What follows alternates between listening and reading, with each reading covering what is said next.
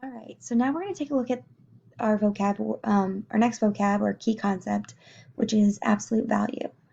And so the absolute value is the distance between the number and 0. And I put a slash in between in my Z, so that way you know it's a Z and not a 2. So that says 0. So it's the distance between the number and 0 on a number line.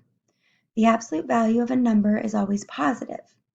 Two numbers that have the same absolute value are opposites.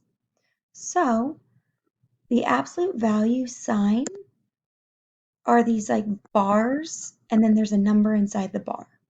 And so this is asking, what's the absolute value of -7? So all this is saying is we want the positive version of -7. So we're just going to write 7. The absolute value, remember these are our absolute value bars, so this is saying what's the absolute value of -2.5. And so the absolute value of -2.5 is just the positive version of that, which is just 2.5.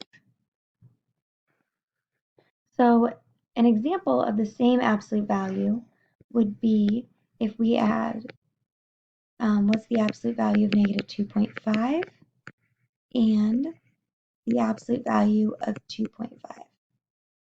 So the positive version of -2.5 is just 2.5, and the positive version of 2.5 is just 2.5.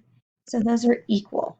And since those are equal, it's because we took the absolute value of two opposites, so a negative and a positive, and the absolute value just always wants the positive version.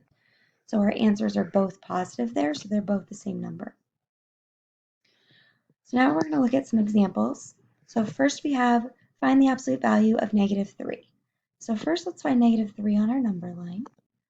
And remember it says the distance it is from 0. So here's 0. And now we're just going to count how far are we from 0. So 1, 2, 3. So we are three spots from 0. And so our answer is 3. So when we write it in mathematical terms, we have negative, or the absolute value bar, and then -3. So this is saying what's the absolute value of -3? And that equals +3 because we're just 3 places from 0. We don't care about the negatives. We're just 3 places. Think of it as if like somebody's in the basement and somebody's upstairs. We don't say somebody is -2 floors below us. Like that doesn't make sense. We just say they're 2 floors, like above or below. And so we don't actually use a negative. So we just want the positive version of that. On this one, we have find the absolute value of 1 and 1/4. So that is right here. It's in between 1 and 1.5. And now we're going to count from 0. How far are we? So there's 1/2. Here's another half. So there's 1 whole. And then we go 1/4. So we are 1 and 1/4 is our answer.